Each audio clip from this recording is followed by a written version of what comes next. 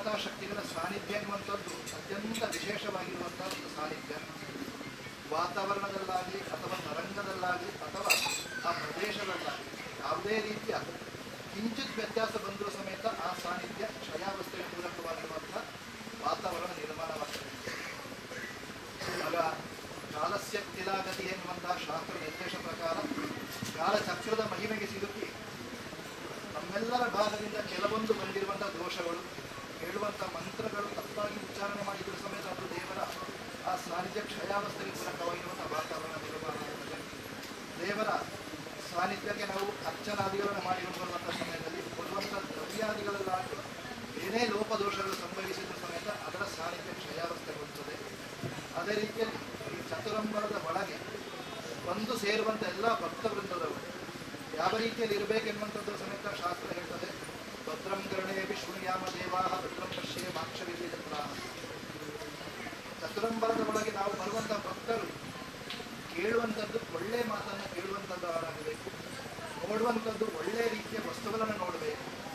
ಅದೇ ರೀತಿಯಲ್ಲಿ ಎಲ್ಲ ಅಂಗಗಳಿಂದಲೂ ಸಮೇತ ಅಲ್ಲಿ ಯಾವ ಸೇವೆಯನ್ನು ಮಾಡಲಿಕ್ಕೆ ನಮಗೆ ಅವಕಾಶ ಉಂಟು ಅದನ್ನು ನಾವು ಮಾಡಿಕೊಂಡು ಬರಬೇಕು.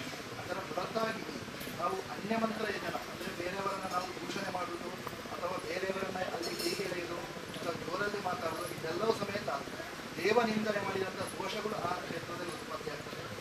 ಎಲ್ಲ ದೋಷದಿಂದಾಗಿ ಪೂರ್ವಿಕರು ಕೊಟ್ಟಿರುವಂಥ ಜೀವ ಸಾನ್ನಿಧ್ಯ ಹಂತ ಹಂತವಾಗಿ ಕ್ಷೀಣವಾಗಿ ದೇವರ ಸಾನ್ನಿಧ್ಯ ಎನ್ನುವಂಥದ್ದೇ ಪರಿಪೂರ್ಣವಾಗಿ ಸಣ್ಣ ಮಟ್ಟಿಗೆ ಬಂದು ನಿಲ್ತದೆ.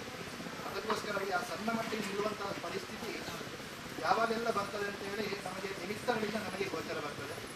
ಆದರೂ ಸಮೇತ ತಂತ್ರ ಸಮಸ್ಯೆ ಹೇಳುವಂಥದ್ದು ಕಲಿಗಾಲದಲ್ಲಿ ಎಲ್ಲವೂ ಸಮೇತ ನಮಗೆ ಪರಿಪೂರ್ಣವಾಗಿ ದೇವರ ಸಾನ್ನಿಧ್ಯವನ್ನು ಆರಾಧನೆ ಮಾಡಿಕೊಂಡು ಬರಲಿಕ್ಕಿರುವಂಥ ವಾತಾವರಣವಾಗಲಿ ಅಥವಾ ಅದಕ್ಕೆ ಪೂರಕವಾಗಿರುವಂತಹ ಮನಸ್ಸಾಗಲಿ ನಮಗೆ ಇರುವುದಿಲ್ಲ. ಆದರೆ 12 ವರ್ಷಗಳಿಗೆ ಒಮ್ಮೆ ಆ ದೇವರ ಸಾನ್ನಿಧ್ಯ ಪುನಃ ವರ್ಧನೆಗೋಸ್ಕರವಾಗಿ ನೀವು ಬ್ರಹ್ಮಕಲಶೋತ್ಸವವನ್ನು ಮಾಡಿಕೊಂಡು ಬಂದು ಅದರ ಮಧ್ಯದಲ್ಲಿ ಏನೇ ಲೋಪದೋಷಗಳು ಸಂಭವಿಸಿದರೂ ಸಮೇತ ಆ ದೇವರು ಮಾಡುವಂಥ 12 ವರ್ಷದೊಮ್ಮೆ ಮಾಡುವಂಥ ಬ್ರಹ್ಮಕಲಶೋತ್ಸವದಿಂದ ಸಂತುಷ್ಟರಾಗಿ ಆ ಗ್ರಾಮಕ್ಕೆ ಬೇಕಾಗಿರುವಂಥ ಸುಭಿಕ್ಷೆಯನ್ನು ದೇವರು ಅನುಗ್ರಹಿಸ್ತಾರೆ ಎನ್ನುವಂಥದ್ದು ಹಿರಿಯರು ಹೇಳಿರುವಂಥ ವಿಚಾರ. ಅದು ಎಷ್ಟೋ ಸಹಸ್ರಾಬ್ದಗಳಿಂದ ದೇವರ ಆರಾಧನೆಯನ್ನು ನಾವು ದೇವರ ಸನ್ನಿಧಿಯಲ್ಲಿ ಮಾಡಿಕೊಂಡು ಬಂದೆವು. ಆ ಜೀರ್ಣಾವಸ್ಥೆಗೆ ಪೂರಕವಾಗಿರುವಂತಹ ವಾತಾವರಣಗಳು, ಅದೇ ರೀತಿಯಲ್ಲಿ ಗರ್ಭಾಲಯ ಸಮೇತ ಕೆಲವೊಂದು ಜೀರ್ಣಾವಸ್ಥೆಗಳು ಎಲ್ಲವೂ ಸಮೇತ ಗೋಚರವಾಗುವಂತಹ ಸಮಯದಲ್ಲಿ ಆ ಜೀರ್ಣೋದ್ಧಾರ ಮಾಡಿಕೊಂಡು ಬರಬೇಕೆನ್ನುವಂಥ ಸಂಕಲ್ಪವನ್ನು ಇರಿಸಿಕೊಂಡು ಎಲ್ಲ ಊರ ಪರವೂರ 10 ಸಮಸ್ತರನ್ನು ಸೇರಿಸಿಕೊಂಡು ಸಮಿತಿ ಸಮೇತ ರಚನೆ ಮಾಡಿಕೊಂಡು ದೇವರ ಸಾನ್ನಿಧ್ಯ ವ್ಯತಿರಿಕ್ತವಾಗಿರುವಂತಹ ಆ ಜೀರ್ಣೋದ್ಧಾರ ಪ್ರಕ್ರಿಯೆಯನ್ನು ನಾವು ಹಂತ ಹಂತವಾಗಿ ಮುಗಿಸಿಕೊಂಡು ಇವತ್ತು ಬ್ರಹ್ಮಕಲಶೋತ್ಸವದ ಮಧ್ಯಕಾಲದಲ್ಲಿ ನಾವೆಲ್ಲ ಸಮೇತ ಜೊತೆ ಸೇರಿದ್ದೇವೆ. ಆಗ ಪೂರ್ವಿಕರು ಕೊಟ್ಟಿರುವಂಥ ಜೀವ ಸಾನ್ನಿಧ್ಯವನ್ನು ಈಗಿನ ಕಾಲದಲ್ಲಿ ನಾವು ಹೇಗೆ ಉದ್ವಾಸನೆ ಮಾಡಿಕೊಂಡು ಬರ್ಬೋದು ಎನ್ನುವಂಥದ್ದು ನಮಗೆ ಕೆಲವೊಂದು ಜಿಜ್ಞಾಸೆಗಳಿರಬಹುದು. ಆದರೂ ಸಮೇತ ತಂತ್ರ ಸಂಸ್ಥೆ ಹೇಳುವಂಥದ್ದು 90 ದಿವಸದ ಬ್ರಹ್ಮಕಲಶದಲ್ಲಿ ಪ್ರಥಮ 3 ದಿವಸ ಭೂತಕಾಲದಲ್ಲಿ ಸಂಭವಿಸಿದಂಥ ಎಲ್ಲ ದೋಷಗಳಿಗಿರುವಂಥ ನಿವೃತ್ತಿಯನ್ನು ಮಾಡಿಕೊಂಡು ಬರಬೇಕು. ನಂತರದ 3 ದಿವಸ ಪ್ರಕೃತ ಸಾನ್ನಿಧ್ಯ ವರ್ಧನೆಗೆ ಯಾವೆಲ್ಲ ತಾಂತ್ರಿಕ ವಿಧಾನಗಳು ಬೇಕು ಅದನ್ನೆಲ್ಲವನ್ನು ಸಮೇತ ಮಾಡಿಕೊಂಡು ಬರಬೇಕು. ನಂತರದ 3 ದಿವಸ ಭವಿಷ್ಯದಲ್ಲಿ ಕೊಟ್ಟಿರುವಂಥ ಜೀವ ಸಾನ್ನಿಧ್ಯ ಭದ್ರವಾಗಿರಬೇಕು ಅಂತಂದರೆ ಯಾವ ಕರ್ಮಾನುಗಳು ಬೇಕು ಅದನ್ನು ನಾವು ದೇವರ ಸನ್ನಿಧಿಯಲ್ಲಿ ನೆರವೇರಿಸಿಕೊಂಡು ಬರಬೇಕು ಎಂಬಂಥದ್ದು ತಂತ್ರ ಸಂಸ್ಥೆ ಹೇಳುವಂಥದ್ದು. ಅದಕ್ಕೆ ಪೂರಕವಾಗಿ ನಾವು ದೇಹೋ ದೇವಾಲಯ ಪ್ರಸ್ತು ಜೀವೋ ದೇಹೋ ಜನಾರ್ದನ ಎಂಬಂಥ ಸಂಕಲ್ಪವನ್ನು ಅನುಸರಿಸಿಕೊಂಡು ನಮಗೆ ಹೇಗೆ ಸ್ಥೂಲ ರೂಪ ಸೂಕ್ಷ್ಮ ರೂಪ ಎಂಬಂಥದ್ದು 2 ರೂಪಗಳಿದೆಯೋ ಹಾಗೆ ದೇವಾಲಯವು ಸಮೇತ ಸ್ಥೂಲ ರೂಪ ಸೂಕ್ಷ್ಮ ರೂಪ ಅಂತ 2 ದೇವಾಲಯದಲ್ಲಿ ನಾವು ರೂಪವನ್ನು ಕಾಣ್ತೇವೆ. ಗರ್ಭಾಲಯದ ಒಳಗಿರುವಂಥ ಮೂರ್ತಿ ಸೂಕ್ಷ್ಮ ಸ್ವರೂಪದಲ್ಲಿ, ಅದೇ ರೀತಿಯಲ್ಲಿ ಇವು ಎಲ್ಲ ಉಪಾಂಗಗಳು ಸಮೇತ ಸ್ಥೂಲ ರೂಪದಲ್ಲಿ ನಾವು ದೇವರ ಆರಾಧನೆಯನ್ನು ಮಾಡಿಕೊಂಡು ಬರುವಂಥದ್ದು. ಅದಕ್ಕೋಸ್ಕರವಾಗಿ ಚತುರಂಬರದ ಒಳಗೆ ಯಾವುದೇ ಭಕ್ತರ ಭಾಗದಿಂದ ಏನೇ ದೋಷಗಳು ಸಂಭವಿಸಿದ್ರು ಅದೆಲ್ಲವನ್ನು ಸಮೇತ ನಾವು ನಿವೃತ್ತಿ ಮಾಡಿಕೊಂಡು ಬರಬೇಕಾದ ನಮ್ಮ ಕರ್ತವ್ಯ ಎನ್ನುವ ನೆಲೆಯಲ್ಲಿ ಬ್ರಹ್ಮಕಲಶೋತ್ಸವದ ಪ್ರಾರಂಭದ ದಿವಸದಲ್ಲಿ ಆಚಾರ್ಯವರನ್ನ ಪುರಸ್ಸರವಾಗಿ ನಮಗೆ ಆ ದೇವಾಲಯನ ನೀವು ನೀಡಿದ ನಂತರ ಪ್ರಥಮವಾಗಿ ಮಾಡಿರುವಂಥಷ್ಟು ಸ್ಥಳ ಶುದ್ಧೀರ್ಥವಾಗಿ ನಾವು ಹಲವು ರೀತಿಯ ಕರ್ಮಾಂಗಗಳು, ವಾತಾವರಣ ಶುದ್ಧಿಗೋಸ್ಕರವಾಗಿ ಪುಣ್ಯಾಹವಾಚನ ಪುರಸ್ಸರವಾಗಿರುವಂಥ ಎಲ್ಲ ಕರ್ಮಾದಿಗಳು, ಅದೇ ರೀತಿಯಲ್ಲಿ ಸಂಕಲ್ಪಿತವಾಗಿರುವಂಥ ಈ 9 ದಿವಸದ ಬ್ರಹ್ಮಕಲಶೋತ್ಸವದಲ್ಲಿ ಯಾವುದೇ ರೀತಿಯ ನಮಗೆ ನಿಮಿತ್ತ ದೋಷಗಳು ಗೋಚರವಾಗಬಾರದು ಎಂಬಂಥ ಸಂಕಲ್ಪದಲ್ಲಿ ನವಗ್ರಹೇಶ್ವರ ಅನುಗ್ರಹ ಎನ್ನುವಂಥದ್ದು ನಮಗೆ ಸದಾಕಾಲ ಸಿದ್ಧಿಯಾಗಬೇಕು. ಅದಕ್ಕೋಸ್ಕರವಾಗಿ ನವಗ್ರಹೇಶ್ವರ ಆರಾಧನೆ ಎನ್ನುವಂಥ ಸಂಕಲ್ಪದಲ್ಲಿ, ಪ್ರಕೃತಿ ಆರಾಧನೆ ಎನ್ನುವಂಥ ಸಂಕಲ್ಪದಲ್ಲಿ ಅನುಗ್ರಹಾರೋಪಣ ಸಹಿತವಾಗಿ ನಾವು ದೇವರ ಆರಾಧನೆಯನ್ನು ಆ ಬ್ರಹ್ಮಕಲಶೋತ್ಸವವನ್ನು ಮುಂದುವರಿಸಿಕೊಂಡು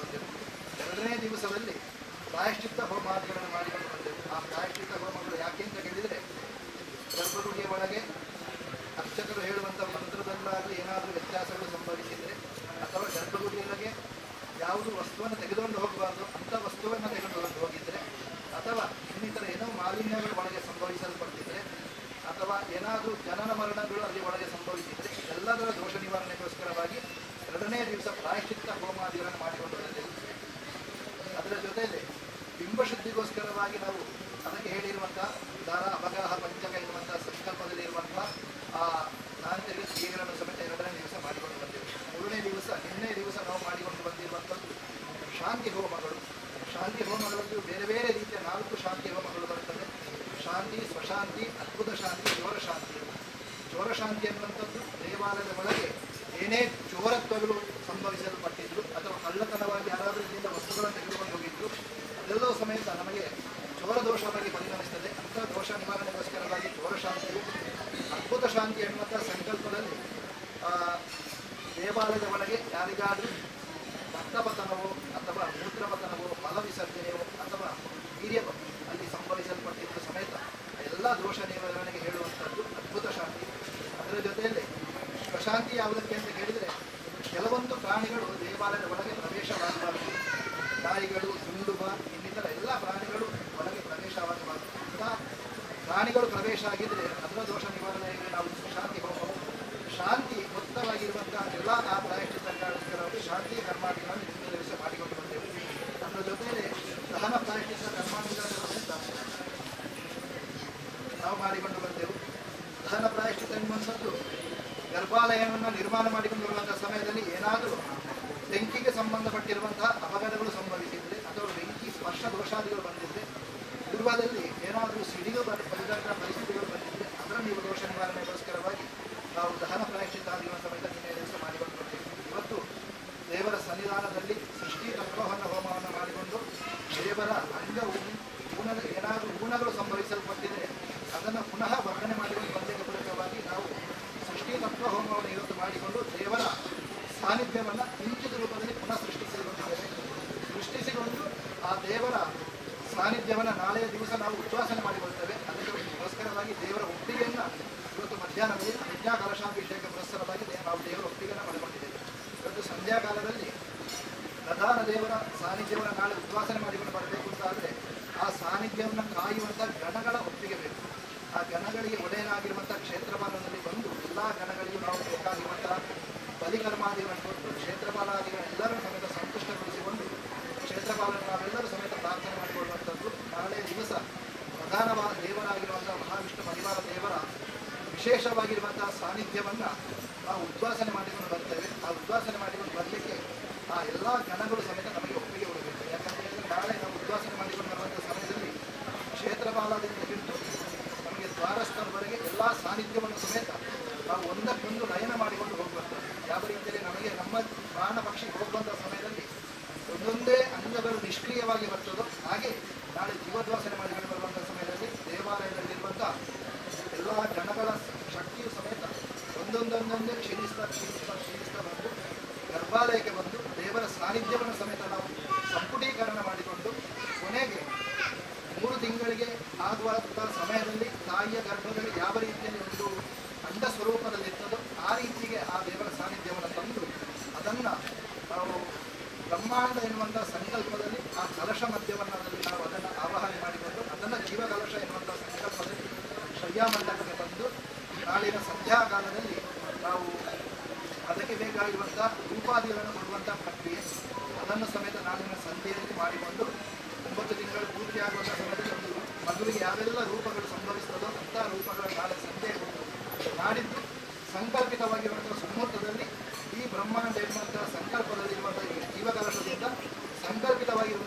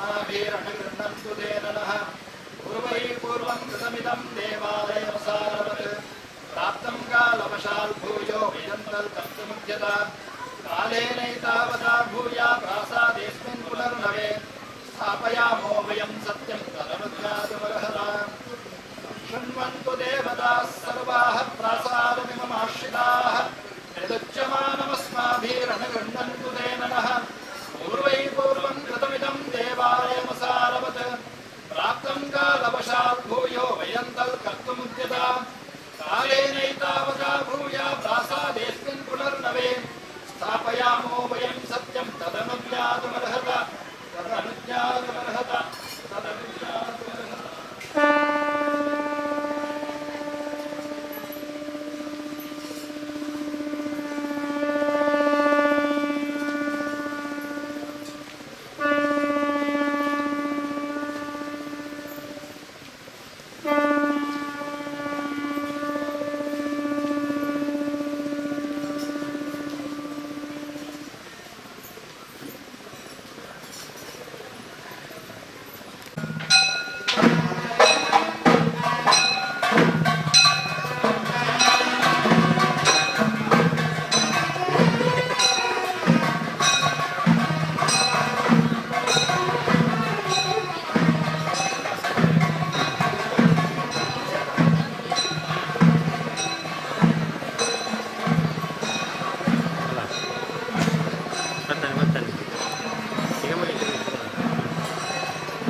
ಎಲ್ಲಿಗೆ ಅವರು